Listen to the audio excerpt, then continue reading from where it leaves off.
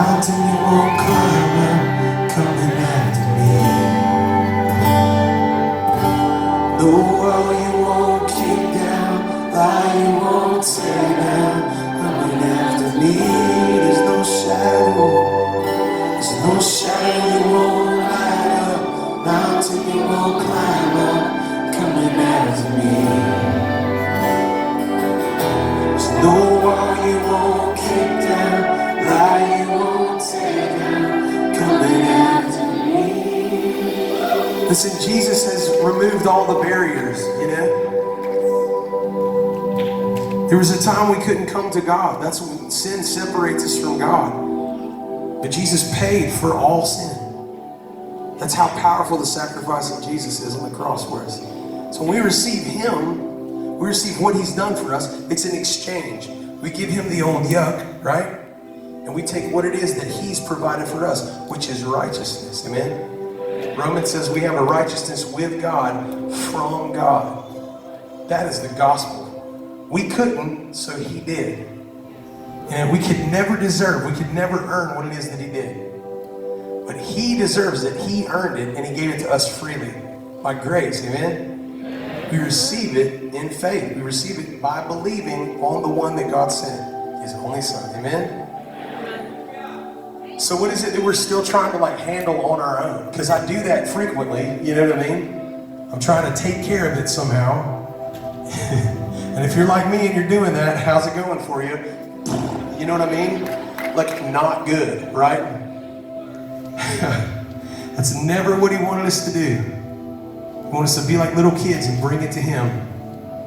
For some of us, it's hard to think of God as Abba. It's hard for us to think of Him as Daddy because we had a daddy here that hurt us.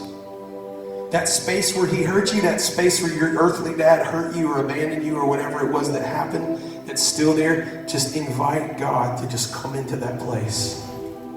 Let Him begin to shine His light down on that hurt. Let Him begin to get in there and touch it. I'm telling you, there's nothing that the enemy has torn apart that He can't restore. I'm telling you, that's who He is. That's His nature. And He's not waiting for you to clean up your act, you know? That God demonstrates His love in this. Just sharing with a brother about it just a little earlier. While we were yet sinners, Christ died for us. Amen? There is no exception to that. There's no special case that He can't save. There's no special case that He can't heal, right? So what is it? What's the place that is there tonight? I feel like there's a thing over broken hearts tonight specifically. And so whether that's a long time ago or whether that's recent, you know, dealing with loss, dealing with abandonment, dealing with those kind of things like betrayal, the word betrayal, I see that word too, you know. Man, let Jesus in there. Amen. You don't have to understand it. You don't have to figure it all out. It's not necessarily going to get instantly better, the situation, right? But you can have peace in the middle of the situation because that's who He is. He's the Prince of Peace. You can have joy at the same time you're dealing with sorrow. In Him, because in Him, I'm telling you, it's a whole different reality.